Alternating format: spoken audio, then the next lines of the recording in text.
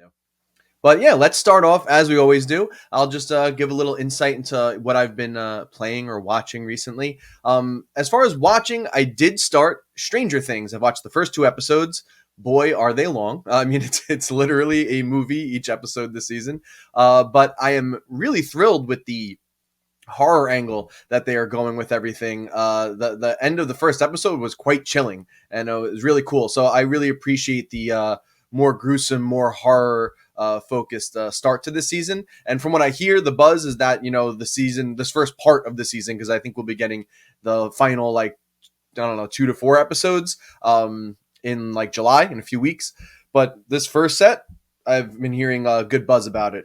So hey, I am all on board, and definitely that is something that Mario and I plan to add to our. Even though it's not released weekly, we do want to add like a little reactions thing, like how we've been doing for Obi-Wan and we're going to also add the boys in there, which I should say I've also watched the first 3 episodes of that.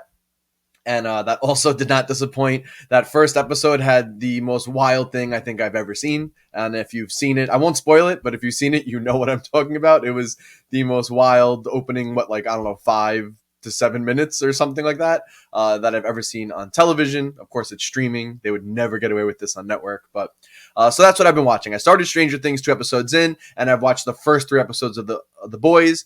As of the day I'm recording this, which is Friday, June 10th in the morning. Usually I do it Thursday night, but I had to do it this morning. The boys' next episode 4, is out, and I have not checked it out yet. So that's something I'll definitely love to touch on with Mario next week, and hopefully he can get some Stranger Things in.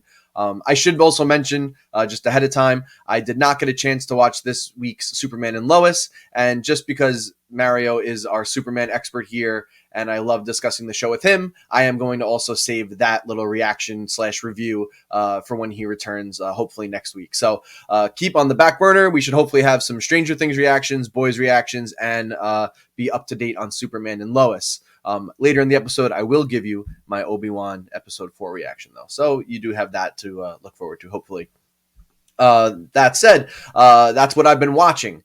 Now, what I've been playing, something I decided to finally bite the bullet on, because I'm a fan of the series, but I was just kind of like, I don't know if I really want to dip into this.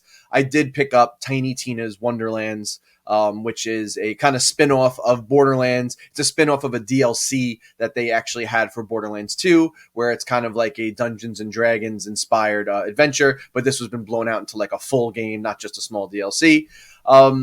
I'm a big Borderlands fan. I played the crap out of Borderlands 2. Loved it. I was definitely younger at the time, and some of the humor maybe hit a little bit better. It's kind of just raunchy, silly, goofy kind of stuff. But I played Borderlands 3 too. Loved the game. Played through it. I think I played through like one of the DLCs. But that was a game that once I finished it, I really didn't feel motivated to go back to it as much as I did with Borderlands 2.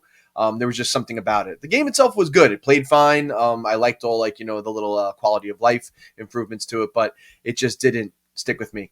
I finally, bit the bullet on this one. They had a sale, so instead of $70, it was knocked down to like 50 or 55. So I said, why not? Let me get it. And one of my best friends has been clamoring for me to get it, so we could hop on and play a little bit together. So I finally did it.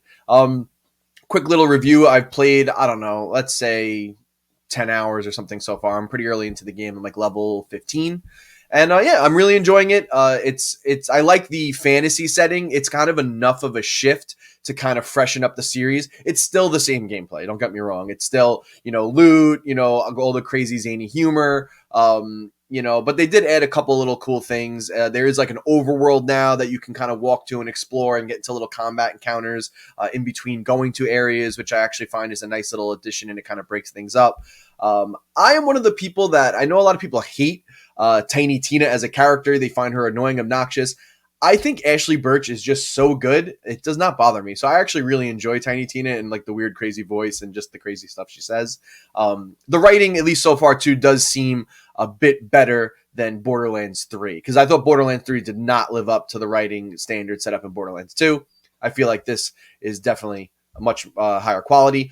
Also, if you didn't know, A lot of great voice actors in this one. So not only is Ashley Birch back as Tiny Tina, but we have Will Arnett as the villain, and he's just always great. He has great delivery, and he works perfectly as the villain. Andy Samberg is also in it as like one of the other players that is playing the Dungeons and Dragons game with you, and is also great. And then we have Wanda Sykes as well. All of them really didn't phone it in. They really like looked like they tried and cared. So I'm enjoying it. It's fun. Like I said, the fantasy setting mixed things up just enough. It gives it a little different sheen, some different looks to some of the areas, and yeah, it's working for me. So I'll keep you updated on how I am a little further into it, if I'm getting sick of it or not. But so far, it is very fun. So check it out, Tiny Tina's Wonderlands.